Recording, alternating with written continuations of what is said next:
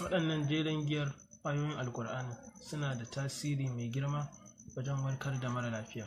Ku saurare su daga bakin sheikh Mansur yalwa. Akwai waɗansu ayoyi da aka gano a cikin Alƙur'ani suna da tasiri wajen warkarwa sama da tasirin sauran ayoyin.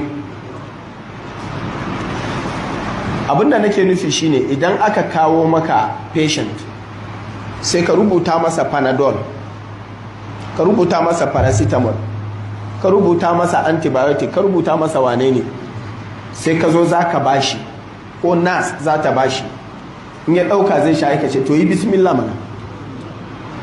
Sai aka ji kalmar bismillah a wurin nurse, wallahi patient sai ya fi karɓa sama da wanda ya ji a wurin liman.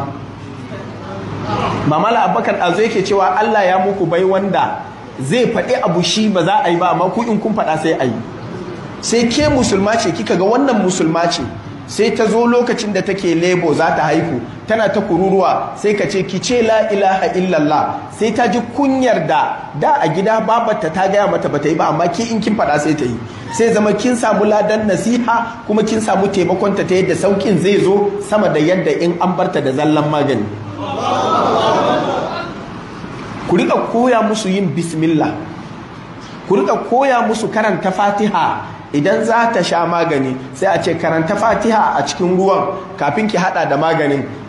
Ici wannan maganin sunansa dawa, magani, amma ayar da ta karanta sunansa shifa, waraka.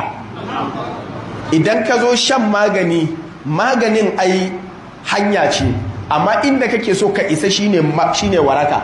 Shi yasa Allah bai ce alqur'ani dawa bane, sai Allah ce shifa, sai ce warakar ce, ba wai magani bane, shi waraka ne. Don haka sai ka bashi magani kuma ka bashi waraka, in ya hada duka biyu ga magani ga waraka sai ya warke.